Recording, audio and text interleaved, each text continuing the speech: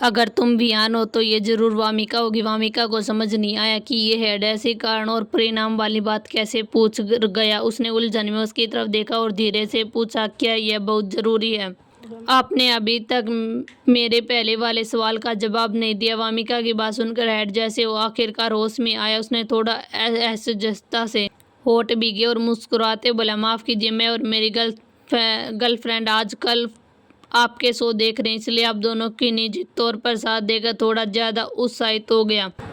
फिर उसने जल्दी से कहा, ठीक है, अब यहाँ की सब जिम्मेदारी हम पर छोड़ दीजिए, आप लोग थोड़ी देर आराम कर लीजिए। ओह हाँ वामिका, जिस सवाल की आप चिंता कर रही हैं उसकी फिक्र मत करिए। यह छोटा सा भूस्खलन पहाड़ के ऊपर तक असर नहीं करेगा, शायद यह बारिश भी 1 घंटों में रुक जाएगी। फायर फाइटर का यह पेशेवर जवाब सुनकर वामिका ने राहत की सांस ली।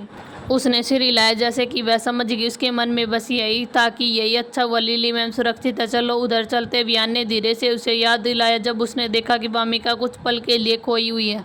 उसके हाथों में जो छाते थे वे इतने छोटे थे कि तेज हवा और बारिश को पूरी तरह से रोक नहीं पा रहे थे। हाँ हाँ, जल्दी उधर चलते हैं, अगर तुम दोनों और भीग गए तो अच्छा नहीं होगा। क्या हमें कल भी काम नहीं करना है? सबके भीगे हुए कपड़े देखकर समीर भी जल्दी से बोला, अब जब प्रोफेशनल लोग यहाँ पर सब संभाल रहे हैं तो सब लोग चैन की सांस लेते हुए वापस कार की तरफ लौट गए। डॉक्टर ने जब छोटी लड़की को उठाकर एम्बुलेंस में जा रहे थे तो सब उसे चिंता से देख रहे थे। वामिका की आदत से वियान के पीछे पीछे चल पड़ी। अगर समीर समय पर उसे न रोकता तो वह सच में उनके साथ उन्हीं की कार में बैठ जाती। समीर वियान जो पहले से चाहता था कि वामिका उसकी गाड़ी में बैठे, जब उसने देखा कि उसकी यह योजना लगभग असफल होने वाली थी तो वह कुछ बोलने ही वाला था, लेकिन तभी मैनेजर विशाल ने उसे घूरते हुए बीच में रोक दिया। यहाँ इतने सारे लोग खड़े हैं, क्या तुम पागल हो गए हो? वियान मुड़ा और विशाल की तरफ देखा। विशाल की आंखों में साफ था, अगर तुमने वामिका के साथ कोई स्कैंडल बनाया तो मैं सच में मर जाऊंगा। यह देखकर वियान ने बेबस होकर सिर हिलाया। आखिरकार में उसने कुछ भी नहीं कहा। उसे लगा कि अगर उसने विशाल को और छेड़ा तो यह आदमी सच में नस काट लेगा। 10 मिनट ही बीते थे कि माउंटेन के नीचे हर तरफ से बचाव दल पहुंचने लगे। वहां पुलिस की चमकती लाइटों वाली गाड़ियां थी और बाढ़ नियंत्रण विभाग के प्रोफेशनल लोग भी आ चुके थे। उन्हें पूरे इलाके को घेरने था, चेतावनी लगानी थी और जरूरत न होने वाले लोगों को अंदर आने से रोकना था। एक तरफ पुलिस वाला घेरा लगाने में मदद करने आई थी और दूसरी तरफ वे अभी तक सड़क हादसे की जांच भी कर रहे थे। अयान और ड्राइवर को पुलिस पूछताछ के लिए ले गई। जांच के बाद यह तय हुआ कि इस हादसे की जिम्मेदारी दोनों पक्षों की थी। सिर्फ नायरा ही कार में ऐसे छिपी बैठी थी जैसे उसका इस से कोई लेना देना नहीं हो। उसे अभी कुछ देर पहले बारिश में साथ खड़े वामिका और वियान याद आ रहे थे।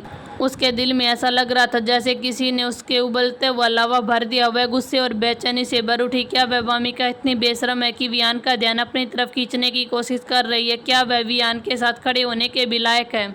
कितना मजाक ताना नहीं, उसे कुछ करना होगा। उसे किसी भी तरह कल झिलमाल के रोल के लिए ऑडिशन को बर्बाद करना होगा। जो चीज़ नायरा को नहीं मिल सकती वह वामिका को भी नहीं मिल सकती। नायरा का चेहरा गुस्से से काला पड़ गया। उसकी आंखों में तूफान उमड़ रहा था जैसे उसे अचानक कुछ ही सूझा। उसने तुरंत अपना फ़ोन निकाला, किसी को कॉल कर दिया। जब तक की सारी चीज़ें पूरी हुई रात के 9 बजे से ज़्यादा हो चुका था।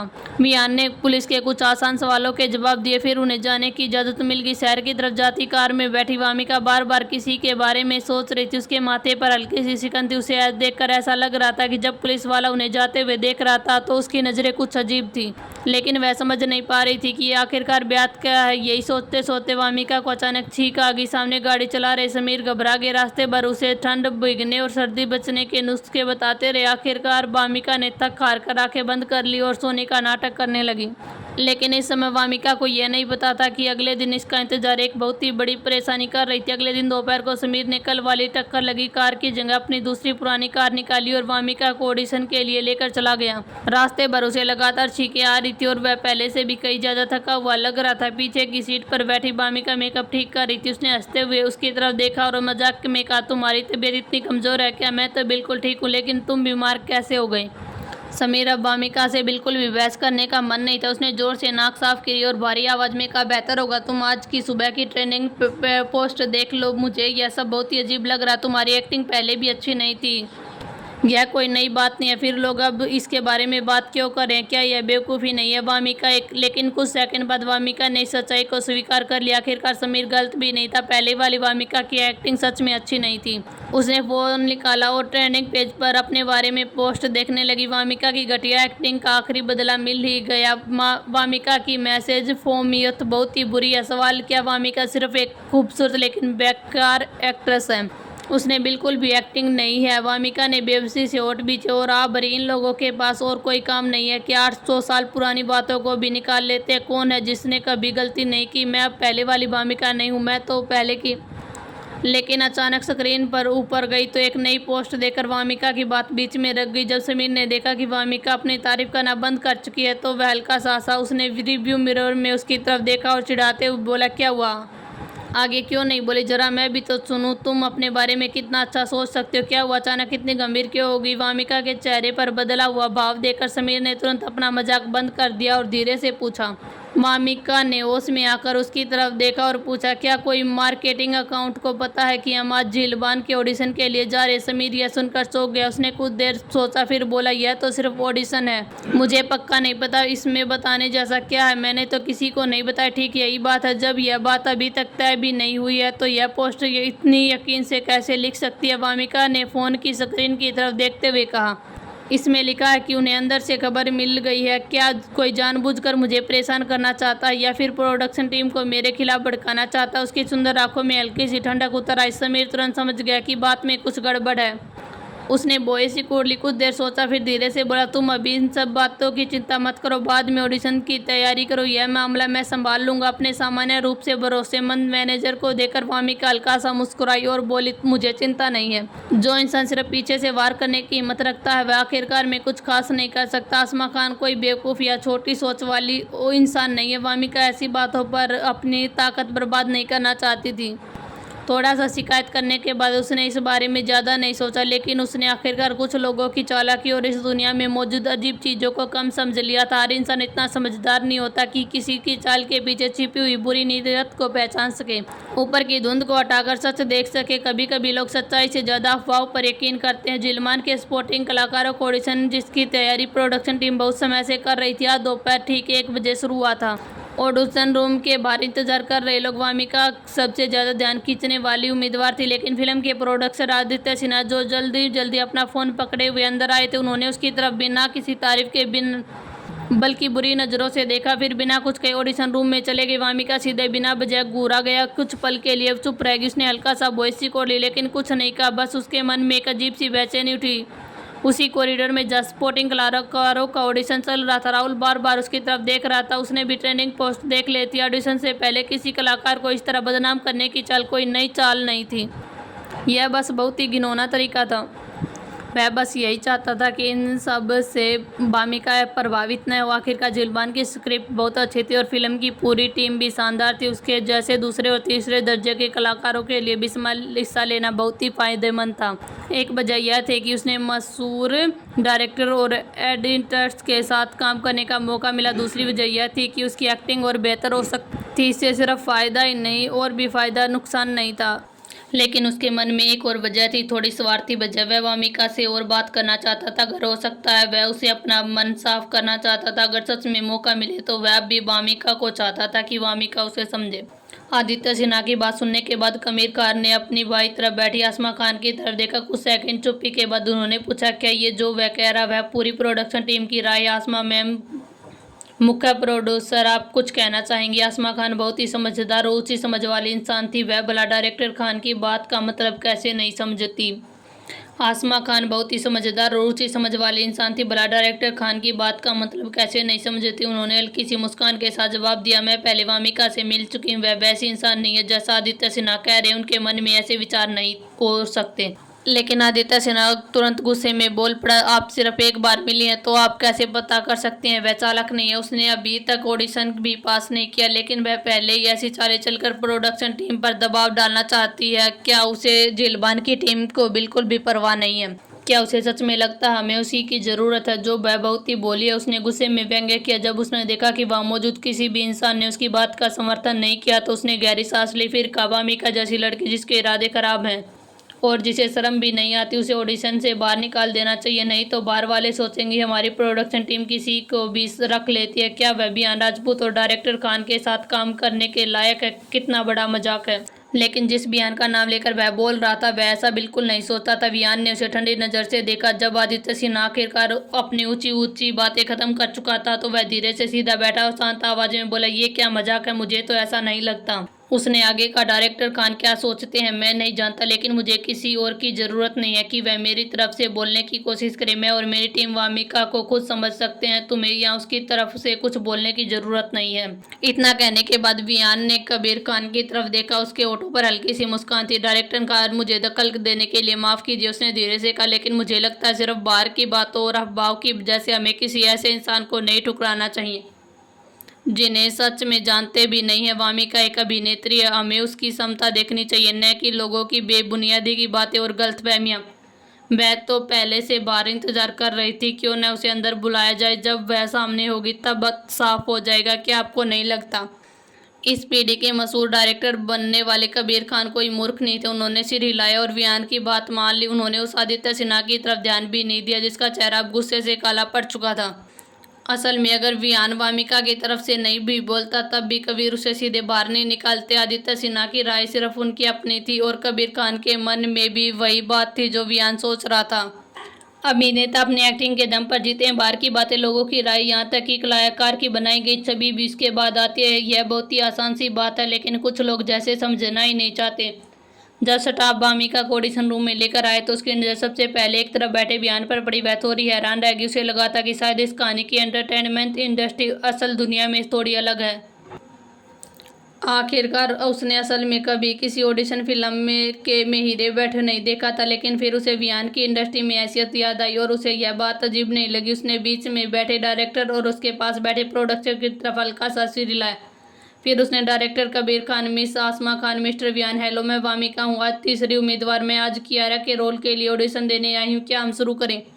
कबीर ने उसकी बात सुनकर सिर हिलाया। उन्होंने थोड़ा मेज पर रखी नोटबुक पलटी, कुछ सेकंड सोचा, फिर धीरे से बोले, हालांकि तुम्हें लिली थापा और आसमा खान ने सुझाया, लेकिन हमारा ऑडिशन सामान्य तरीके से नहीं होगा।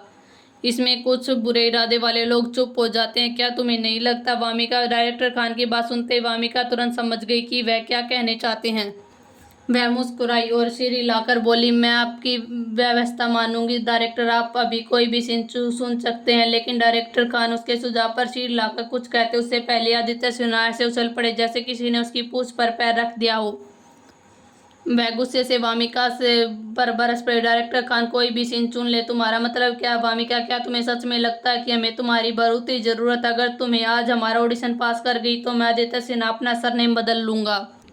उसने तिरस्कार से कहा, तुम्हारी घटिया एक्टिंग देखकर खुद तुम्हें ही शर्म नहीं आती? अगर मैं तुम्हारी जगह होता तो तुरंत यहाँ से चला जाता ताकि और बेइज्जती न हो। वामिका ने आदित्य सिन्हा की तरफ उदासीन नज़र से देखा और अचानक समझ गई डायरेक्टर खान किसके बारे में बात कर रहे हैं। वह हल्का सा और जवाब देने के बजाय पूछा, आपको इतना यकीन है कि या फिर आपको भविष्य देखने की ताकत है? वामिका, तुम आदित्य सिन्हा की बात बीच में ही काटते हुए वामिका ने उसकी तरफ आंखें घुमाई और ठंडी आवाज में कहा, क्या मतलब मैंने कुछ गलत कहा? अगर किसी ने आपसे बोलने को नहीं कहा तो चुप रहिए। क्या आपको सच में लगता है कि दुनिया के सारे लोग आपकी माँ की तरह ही बिगाड़ते हैं?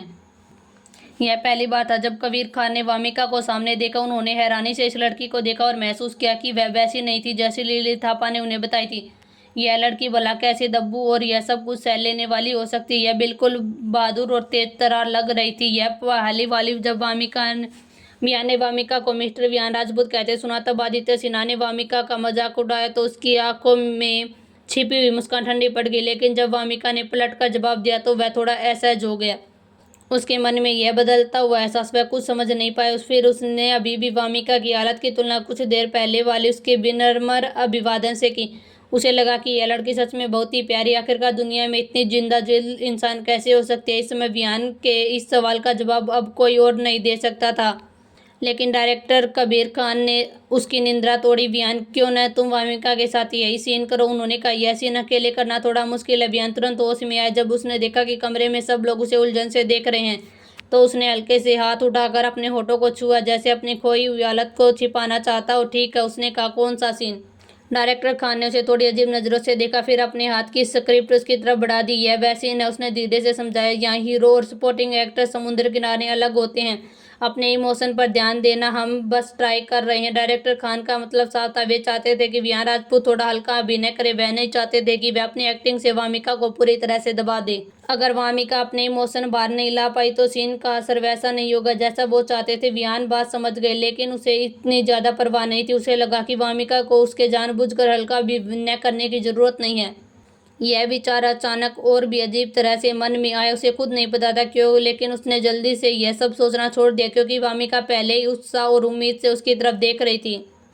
उसे लगा था कि इस दुनिया का कोई भी इंसान ऐसी खूबसूरत आंखों का सामना नहीं कर सकता। डायरेक्टर कबीर खान ने हल्की सी सांस ली और सामने खड़े दोनों लोगों को चिंता से देखने लगे। असल में अगर वामिका की एक्टिंग को एक पल के लिए अलग रख दिया जाए तो उसकी शक्ल सूरत वाकई बहुत ही अच्छी थी। जैसे लिली थापा और आसमा खान पहले ही कह चुके थे, कियारा का किरदार तो मानो वामिका के लिए ही बनाया गया है। उधर आदित्य सिन्हा अभी भी वामिका को तिरस्कार से देख रहे थे। वह तो पहले ही सोच चुके थे कि थोड़ी देर बाद इस बेशरम लड़की का मजाक कैसे उड़ाएंगे। आदित्य सिन्हा को लगता था कि नायरा और सीओ मेहरा ने बिल्कुल सही किया था। वामिका जैसी लड़की एक्टिंग और घटिया स्वभाव वाली अभिनेत्री को झीलबान की टीम में नहीं होना चाहिए। उसके हिसाब से वामिका विहान और कबीर खान के साथ काम करने के लायक नहीं है, और न ही उसके साथ। लेकिन प्रोडक्शन से यह नहीं जानते थे कि अब यह वामिका पहले वाली वामिका नहीं रही। उसके अंदर अब एक ऐसी आत्मा है जो इस दुनिया में आने से पहले कई बार बेस्ट एक्टर का अवार्ड जीत चुकी थी। वह एक बेहतरीन और अनुभवी अभिनेत्री थी, ऐसी कलाकार जो विहान जैसे लोगों के बराबर खड़ी हो सकती थी। वह कोई ऐसी इंसान नहीं थी जिसे अभिनय करना ही नहीं आता हो, और बहुत ही जल्द वह खुद अपनी आंखों से देख लेगा कि दुनिया में किसी को गलत साबित करना कैसा होता है। झीलबान एक आधुनिक और रहस्य से भरी अपराध जांच वाली फिल्म थी। इसका मुख्य किरदार अक्षत राठौर था, जिसे विहान निभा रहा था। वह एक क्रिमिनल पुलिस ऑफिसर था जो कई सालों पहले एक पारिवारिक केस की जांच कर रहा था। कियारा उसकी सौतेली बहन थी, अलग माँ बाप से जन्मी बहन, और वह इस पूरे केस की सबसे रहस्यमयी और सबसे अंधेरी इंसान थी। वह सुबह की ओस में भीगी गुलाब की तरह खूबसूरत थी। वह ऐसी लड़की थी जिसे हर किसी को प्यार हो जाना चाहिए था। ऊपर से देखने से लगता था कि उसका इस खून से भरे केस से कोई लेना देना नहीं है, लेकिन सच में उससे दिखावे से अलग था। क्या यह चिट्ठी तुमने पापा को भेजी है? क्यों तुमने ऐसा क्यों किया? पहले तो तुम पापा को बहुत ही पसंद करती थी। अक्षत राठौर की आंखें लाल हो गई, जैसे उसमें खून भरा या उसके हाथ में जिसमें बंदूक थी हल्का सा कांप रहा था, जैसे कि वह यकीन ही नहीं कर पा रहा। उसने जो अभी सुना वह सच था। उसकी आंखों में उसकी खूबसूरत बहन की परछाई थी। नहीं, कियारा और वह सिर्फ सौतेले भाई बहन थे, वे असली भाई बहन नहीं थे। वामिका के होंठ हल्के से ऊपर उठे, जैसे वे अपने दिल का दर्द छुपाने की कोशिश कर रही हो। उसने हाथ उठाकर समुद्र की हवा से बिखरे बालों को पीछे किया और धीमी आवाज में पुकारा, भैया चुप रहो, मेरी तुम्हारे जैसी कोई बहन नहीं है। तुम ऐसे कैसे बन गई? क्या तुम सच में? कियारा विहान ने गुस्से में वामिका की बात काट दी। उसकी आवाज में दर्द और क्रोध दोनों थे। और जब उसने कहा मेरी तुम्हारी जैसी कोई बहन नहीं हो, वामिका की आंखों में बची खुशी आखिरी घबराहट भी गायब होगी। वह हल्का सा हंसी, लेकिन उसने के काने आंखों के कोने लाल हो गए थे। ठीक है, उसने धीमे और लेकिन ठंडे स्वर में कहा, वैसे भी मैं कभी तुम्हारी बहन बनना ही नहीं चाहती थी। फिर उसने उसकी तरफ देखा और बोली, क्या तुम आज सिर्फ यही पूछने आए हो? मैं तुम्हें सब बताती हूँ। सुरेश राठौर को मैंने मारा था, वह मरने के लायक था, उसने बहुत पहले मर जाना चाहिए था। उसकी आवाज में दबा हुआ गुस्सा और दर्द था। क्या तुम्हें लगता है कि तुम्हारे पिता अच्छे इंसान थे? वह तुम्हारी सोच से भी कहीं ज्यादा शर्मनाक थे। वामिका ने बहुत सारी बातें कही, लेकिन उसके चेहरे और आवाज के भाव जरा भी नहीं टूटे। वह लगभग विहान के बराबर अभिनय कर रही थी। आखिरी बात कहने के बाद जैसे वह खुद ही अपने इस टूटन और पागलपन को और बर्दाश्त नहीं कर पा रही थी। उसने गहरी सांस ली और हल्की सी हंसी। वह हंसी थी जैसे वह खुद का ही मजाक उड़ा रही हो। कभी कभी मुझे लगता है कि तुम बहुत ही दयनीय हो अक्षत राठौर, उसने कहा, क्योंकि तुम्हें शायद यह भी नहीं पता कि जिस परिवार में तुम बड़े हुए हो वह कितना अंधेरा और गंदा है। वह किसी सड़े हुए लाश की तरह है जिसमें कीड़े भरे हुए हैं, बस ऊपर से तो अच्छे और सभ्य परिवार के कपड़ा डाल रखा। क्या तुम्हें सच में लगता है कि वह सुंदर और अच्छा है? उसकी आंखों में दर्द और व्यंग्य दोनों थे। मजाक तुम हो, मैं नहीं। इतना कहकर वामिका ने एक डब्बा उसकी तरफ फेंक दिया और जाकर विहान के पैरों के पास गिरा। लेकिन यहाँ वह गम का डिब्बा नहीं था, वह एक USB डिवाइस थी जिसमें ऐसे सबूत थे जो कियारा ने अक्षत राठौर के दिए थे। विहान की आंखों में हैरानी और खामोशी भर गई। वह सामने खड़ी लड़की को किसी दानव की तरह देख रहा था। उसने बेरहमी से उस झूठी दुनिया को तोड़ दिया था जिसे अक्षत राठौर इतनी मेहनत से सच साबित करने की कोशिश कर रहा था। कट, बहुत ही बढ़िया, बहुत ही बढ़िया। आदत के अनुसार कबीर खान ने डायरेक्टर होने का हक इस्तेमाल किया। उन्होंने जोर से कटका और अचानक अपनी सीट से खड़े हो गए। उन्हें ऐसा लगा जैसे उन्हें कोई अनमोल खजाना मिल गया हो। वह वामिका और वियान के लिए ताली बजाने लगे। अचानक रुक गए क्योंकि उनके सामने खड़े वियान अचानक हाथ बढ़ाकर वामिका को अपनी बाहों में खींच लिया। उसने धीरे से वामिका के सिर पर हाथ फेरा जैसे वह उसे दिलासा दे रहे हो। शायद वह बहुत ही धीमी आवाज में उसे समझा रहा था। जो आसमा खान अब तक चुप बैठी थी वह खड़ी होगी और ताली बजाने लगी। वह नहीं चाहती थी कि कबीर खान बेकार की बातों पर ध्यान दे। उन्होंने प्रशंसा भरी नजरों से वामिका को देखा और नरमी से कहा, बहुत अच्छा, मुझे पता था कि मैं और लिली तुम्हें गलत नहीं समझ सकते। वामिका, तुम सच में बहुत ही अच्छी हो। उन्होंने मुस्कुराते हुए आगे कहा, मुझे तो लगा था आखिर लाइन बोलते समय तुम्हारा असर वियान से भी ज्यादा अच्छा था। ऐसा बहुत ही कम होता था। बहुत ही अच्छा, बहुत ही अच्छा। जब वियान ने धीरे से वामिका को छोड़ा, जब जाकर कबीर होश में आया, वह जोर से हंसते हुए बोला, हाँ आसमा मैम बिल्कुल सही कह रही वामिका, मुझे लगता है कि तुम सच में कियारा के रोल के लिए बने हो, चाहे तुम्हारा लुक हो या फिर एक्टिंग।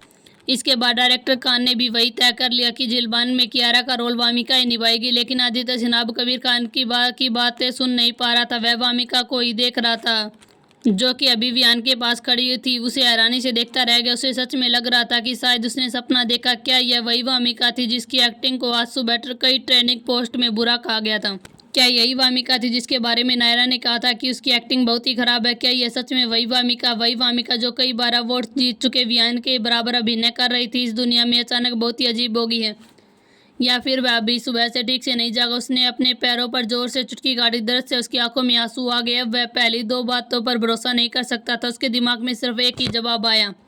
नायरा और अयान मेहरा ने उसे बेवकूफ़ बनाया। साफ था कि उन दोनों ने मिलकर उसे इस्तेमाल किया। आखिरकार ऑडिशन देने आए किसी भी कलाकार ने उसकी बात का साथ नहीं दिया था। वियान और आसमा खान ने भी वामिका की तारीफ कर रहे थे, यहाँ तक कि कबीर खान और भी उसकी तारीफ ही कर रहे थे। तो फिर वह अकेला मूर्ख तमाशा बनकर क्यों खड़ा रह गया? उम्मीद आपको यह कहानी पसंद आई होगी और आप मेरे साथ बने रहेंगे। जल्द ही मिलते अगले चैप्टर में। तब तक के लिए ढेर सारा प्यार और धन्यवाद।